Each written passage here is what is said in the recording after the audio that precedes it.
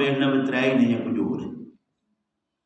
ਉਹਦੇ ਨਾਲ ਰਿਸ਼ਤੇਦਾਰ ਖਾਨਦਾਨ ਬਿਰਾਦਰੀ ਦੇ ਲੋਕ ਯਾਰ ਦੋਸਤ ਤਾਲਕ ਵਾਲੇ ਦੂਰੋਂ ਬਾਹਰੋਂ ਸੁਣਨੇ ਵਾਲੇ ਪਿੰਡਾਂ ਵਿੱਚ ਜਿੱਥੇ ਰਿਸ਼ਤੇਦਾਰੀਆਂ ਨੂੰ ਲੋਕ ਆ ਜਾਂਦੇ ਨੇ ਤੇ ਨਾਲ ਜਾਂਦੇ ਨੇ, ਉਹਨਾਂ ਨੂੰ ਕੋਈ ਨਹੀਂ ਨਾਲ ਜਾਂਦਾ ਨਹੀਂ ਅਗਾਂ ਕਬਰਸਤਾਨ ਤੱਕ ਜਾਂਦੇ ਨੇ ਨਾ ਤੇ ਉਹ ਵਾਪਸ ਆ ਜਾਂਦੇ ਨੇ ਕਿ ਨਾਲ ਕੋਈ ਰਹਿ ਜਾਂਦਾ ਵਾਪਸ ਆ ਜਾਂਦੇ ਨੇ।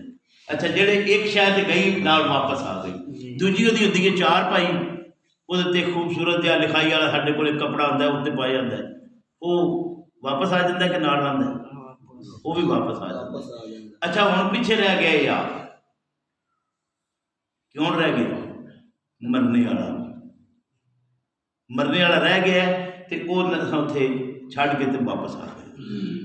ਹੁਣ ਇੱਕ ਸ਼ੈ ਦੇ ਨਾਲ ਉਹ ਕਿਹੜੀ ਇਹਦਾ ਅਮਲ ਨੇਕ ਹੋਣੀਆਂ ਬਾਤ, ਜਿਹੜੇ ਬਾਤ ਨੇ ਉਹ ਵੀ ਨਾਲੇ ਨੇ, ਯਾਨੀ ਜਿਹੜੇ ਅਮਲ ਹਨ ਨਾ ਉਹਦੇ ਜ਼ਿੰਦਗੀ ਦੇ ਉਹ ਉੱਥੇ ਰਹਿ ਗਏ। ਹੁਣ ਇਹ ਇਨਸਾਨ ਹੈ ਤੇ ਇਹਦਾ ਅਮਲ ਹੈ, ठीक है जी। अच्छा मैं एक गल कर लगा जरा हजरत साहब माजरत नाल मैं दिल थाम के जरा सुनिया जो थोड़ी जी गल औखी है जी मैं कर लगा।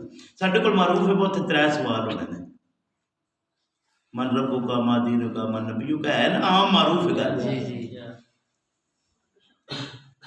ए तरगीब वास्ते बात है, मैं पहला अर्ज कर दिया एक ये रगबत दिलाने वास्ते एक बात की गई है, वरना एक गल याद रखिया जी कि वो जगह जी है ना जिस वक्त असीं छड्ड के आउने आ उत्थे सवाल नहीं, सवाल इत्थे ने कि तेन पैदा जो किया है ते रब्बो का मतलब कीता है, रब आखदे ने परवरदिगार यानी परवरिश करने वाला, परवरिश कुनिंदा। मैं दुनिया के बाद आया, मेरी खुराक का इंतजाम उस पहला किया है, नहीं तुहाडा सारिਆਂ ਦਾ भाई नहीं, असी दुनिया के बाद आए हाँ, रब ने साडा इंतजाम पहला किया है।